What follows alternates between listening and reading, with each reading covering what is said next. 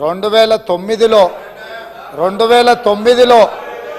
2009లో ఒక వ్యక్తి కరీంనగర్ జిల్లా ప్రజలు తరుముతే అక్కడి నుంచి పారిపోయి పాలమూరు జిల్లాకు వలస వస్తే అయ్యో పాపం వలస వచ్చిండని చెప్పి ఆదరించి ఎంపీగా గెలిపిస్తే పోయి అదే పత్తాటు పోయిండు.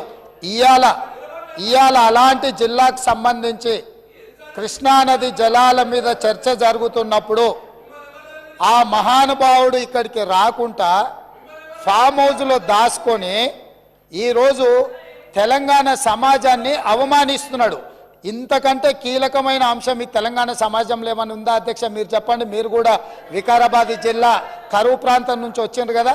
ఇంత కీలకమైన చర్చ జరుగుతున్నప్పుడు తెలంగాణ సమాజానికి వాస్తవాలు చెప్పాల్సిన వినిపించాల్సిన అవసరం వచ్చినప్పుడు ఈ సభ మొత్తం మా సాగునీటి పారుదల శాఖ మంత్రి గారు ప్రాజెక్టులను కేంద్ర ప్రభుత్వానికి ఒప్పజెప్పేదే లేదు, కృష్ణానది జలాలలో పరివాహక ప్రాంతం ప్రకారం 68% వాటా నీళ్లు తెలంగాణకి ఇవ్వాలని ఒక ప్రత్యేక రెజల్యూషన్ మూవ్ చేసినప్పుడు హుందాగా ప్రధాన ప్రతిపక్ష నాయకుడు వచ్చి ఇక్కడ కూర్చొని ఈ తీర్మానానికి మద్దతు పలికి తెలంగాణ సమాజమంతా తెలంగాణ హక్కుల మీద తెలంగాణ నీళ్ల మీద ఒకే మాట మీద నిలబడ్డమని ఆంధ్రప్రదేశ్ నుంచి కేంద్ర ప్రభుత్వం వరకు ఒక సందేశాన్ని పంపాల్సిన సందర్భంలో సభకు రాకుండా ఫామ్ హౌస్లో దాచుకొని ప్రజలని తప్పుదోవ పట్టించడానికి వారిని పంపించి వారు పచ్చి అబద్ధాలు మాట్లాడుతున్నారు. ఏది ఏమైనా మొన్న నేను చూసినప్పుడు ఆ కుర్చీ ఖాళీగా ఉండే ఈరోజు ఆ కుర్చీలో పెద్దలు పద్మరావు గారు కూర్చున్నారు. వారికి ఆ బాధ్యత ఇస్తానన్న వారన్నా నెరవేరుస్తారు. దయచేసి ప్రతిపక్ష నాయకుడిగా పద్మారావు గారు నిజమైన తెలంగాణ ఉద్యమకారుడు, తెలంగాణ కోసం కొట్లాడేటోడు. వారిలాంటి వాళ్ళని పెడితే తెలంగాణ సమాజానికి మేలవుతుంది.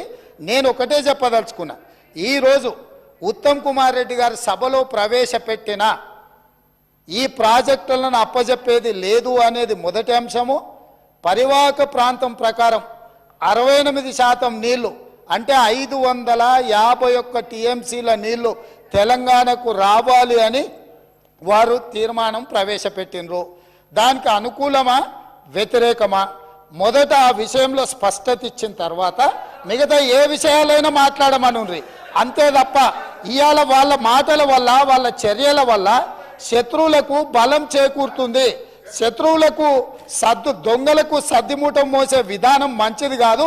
ఇప్పటికైనా దొంగ బుద్ధి మార్చుకొని తెలంగాణ బుద్ధి తెచ్చుకోవాలిగా అని చెప్పి నేను వారికి విజ్ఞప్తి చేస్తున్నా. రేవంత్ రెడ్డి గారు కూడా తెలంగాణ ఉద్యమం గురించో తెలంగాణ గురించి మాట్లాడితే దయ్యాలు వేదాలు వెళ్ళించినట్టు ఉంటుంది. ఈయన మాట్లాడేది అధ్యక్ష. ఇప్పుడు ఈయన గారు కేసీఆర్ గారిని కరీంనగర్ నుంచి తరిమితే మహబూబ్నగర్ వచ్చిందన్నారు.